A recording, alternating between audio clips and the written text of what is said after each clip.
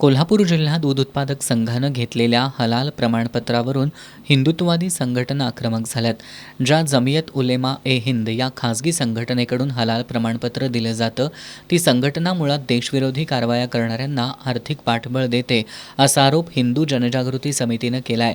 हलाल प्रमाणपत्र देणारी जमियत उलेमा ए हिंद ही संघटना 700हून अधिक आतंकवाद्यांचे खटले लढवून त्यासाठी पैसा खर्च करत असेल तर अशा संस्थेच्या हलाल प्रमाणपत्राची गरज काय असा प्रश्न हिंदू जनजागृती समितीचे राष्ट्रीय प्रवक्ते रमेश शिंदे यांनी कोल्हापुरात पत्रकार बैठकीत उपस्थित केला. जगातील 193 देशांनी या भारतीय अन्न सुरक्षा आणि मानके प्राधिकरणाला मान्यता दिली आहे. पण भारतात मात्र धर्मावर आधारित हलाल प्रमाणपत्राला आपण मान्यता का देतो? एक खासगी संघटना धर्माच्या आधारावर हलाल प्रमाणपत्र कशी काय देऊ शकते असे प्रश्न त्यांनी उपस्थित केलेत.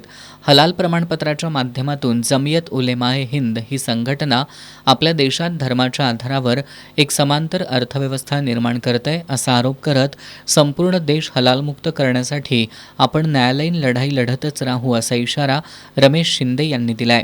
आज महाराष्ट्रामध्ये संपूर्ण भारतामध्ये हलालच्या दृष्टिकोनातून एक मोठा वाद चालू आहे. हलाल सर्टिफिकेशन आज भारतामध्ये हे अनधिकृतरित्या केलं जातं. एकीकडे आपल्याकडे FSSAIचं केंद्र सरकारचं सेक्युलर सर्टिफिकेट असताना आणि ज्या 192 देशांमध्ये FSSAI सर्टिफिकेटला मान्यता असताना हलाल सर्टिफिकेट हे खाजगी मुस्लिम संस्थांकडून नेमकं कशासाठी चालू आहे ह्या दृष्टीने हा प्रश्न आहे. याच्या पलीकडे जाऊन ज्या हलाल सर्टिफिकेशन देणाऱ्या संस्था आहेत, उदाहरणार्थ जमियत उलेमा हिंद ही संघटना जाहीरपणे सांगते की आम्ही ह्या देशामधल्या 700 आतंकवाद्यांचे केसेस लढवतो आहोत. त्यामुळे एक प्रकारे देशविरोधी कारवाया करणाऱ्यांच्यासाठी ह्या पैशाचा वापर केला जातो आहे. दुसरीकडे बघितलं कमलेश तिवारी हिंदू महासभेचे ज्यांची हत्या झाली, त्याच्यानंतर आता मुंबईमध्ये लोकल ट्रेन ब्लास्ट जे झाले 7/11चे 26/11ची केस होती. या सगळ्या आतंकवादी कारवायांमध्ये किंवा पुण्याच्या जर्मन बेकरी बॉम्ब ब्लास्टची केस आहे.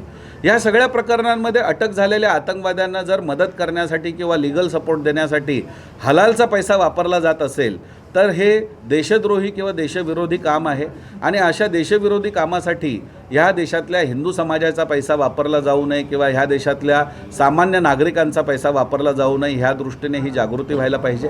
या पत्रकार बैठकीला हिंदू जनजागृती समितीचे समन्वयक शिवानंद स्वामी, हिंदू एकताचे शहराध्यक्ष गजानन तोडकर, निरंजन शिंदे, योगेश केरकर, संभाजी भोकरे उपस्थित होते.